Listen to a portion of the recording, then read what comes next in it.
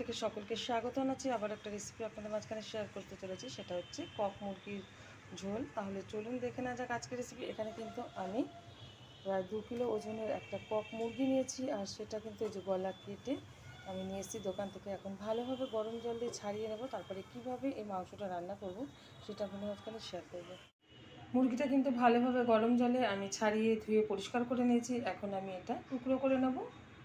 মুরগিটা কিন্তু ভালোভাবে এই যে টুকরো করে নিয়েছি, আর মুরগি থেকে কিন্তু এই যে ডিম বেরিয়েছে একটা গোটা, আর এই কিছুটা এই যে এরকম। তো এখন আমি রান্না করে নেব, কিন্তু এতটা আমি মুরগির মাংস রান্না করব না, পরিমাণ মতো রান্না করব।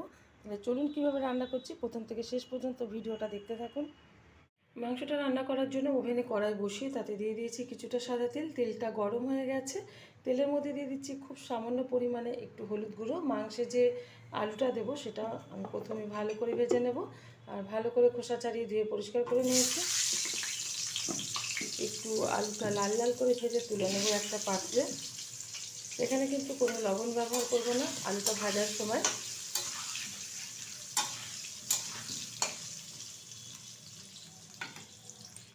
আলুগুলো ভেজে তুলে নিয়েছি একটা পাত্রে। এখন এই আলু ভাজার তেলে দিয়ে দিচ্ছি একটা তেজপাতা মাঝখান থেকে ছিঁড়ে, দিয়ে দিচ্ছি কিছুটা কুচিয়ে রাখা পেঁয়াজ।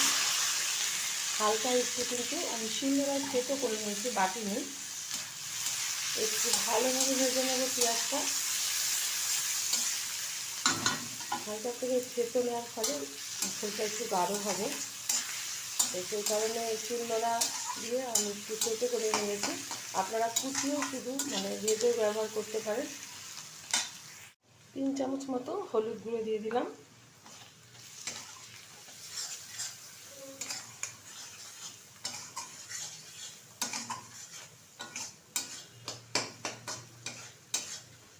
এখন এর মধ্যে দিয়ে দেবো বেটে রাখা জিরে।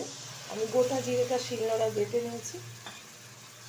জিরেটা দেওয়ার পর 1 থেকে 1.5 মিনিট মতো আবারও একটু কষিয়ে নেব।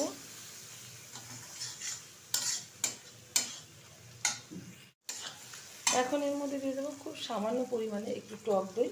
এখানে কিন্তু টমেটো আপনারা ব্যবহার করতে পারেন। দিয়ে দেবো পরিমাণ মতো লবণ। যতটা ঝোল রাখবো সেই অনুযায়ী কিন্তু লবণটা ব্যবহার করলাম। আজকে কোনো কাশ্মীরি লঙ্কার গুঁড়ো ব্যবহার করব না।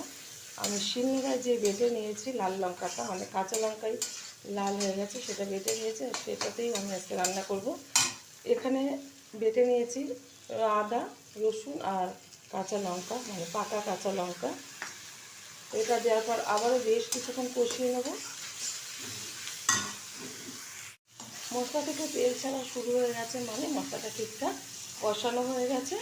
এখন এর মধ্যে দিয়ে দিচ্ছি কক মুরগি। আমি ভেবেছিলাম যে পুরোটাই করবো না, পুরোটাই কিন্তু করে নিলাম।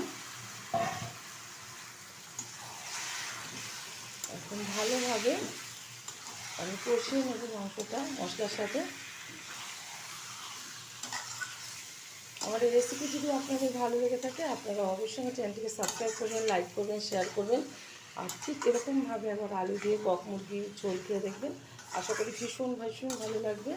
যারা জানেন না অবশ্যই ট্রাই করবেন। এটা কিন্তু অনেকটা দেশি মুরগির মতো খেতে লাগে।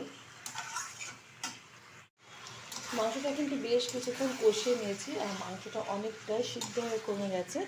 এখন এর মধ্যে দিয়ে দেবো ভিজে রাখা আলু। আলুটা দেওয়ার পর 1.5 থেকে 2 মিনিট মতো আবারও কষিয়ে নেব।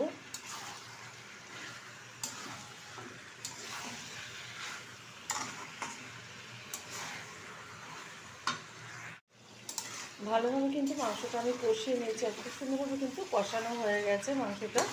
যেহেতু এই মাংসটা কিন্তু একটু বেশি পরিমাণে কষাতে হয় পোলট্রির থেকে, অনেকটাই দেশি মুরগির মতো বলেছি শক্ত, তো সেই কারণে একটু বেশিক্ষণ সময় নিয়ে কিন্তু কষিয়ে নিলাম। এখন দিয়ে দিচ্ছি পরিমাণ মতো জল। অনেকে কিন্তু এটা প্রেশার কুকারেও রান্না করে থাকে, তো যেহেতু শক্ত আমি কড়াইতেই রান্না করে নিচ্ছি কড়াইতে রান্না করে। তো এখন দিয়ে দেবো একটু গরম মশলার গুঁড়ো, দিয়ে দিচ্ছি যে ডিমটা বেরিয়েছিল, এই যে এটা ঢেলে দিচ্ছি। আগে থেকে দিয়ে দিলে কিন্তু ডিমটা গলে যেত, তো সেই কারণে ঝোলটা দেওয়ার পরেই আমি এটা দিয়ে দিলাম। এটা হালকা আঁচে রান্না করে নেব প্রায় 25 মিনিট মতো।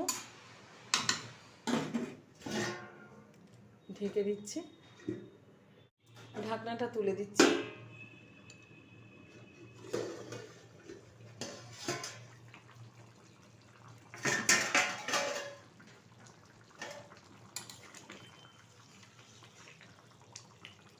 সুন্দরভাবে কিন্তু মাংসটা হয়ে গেছে।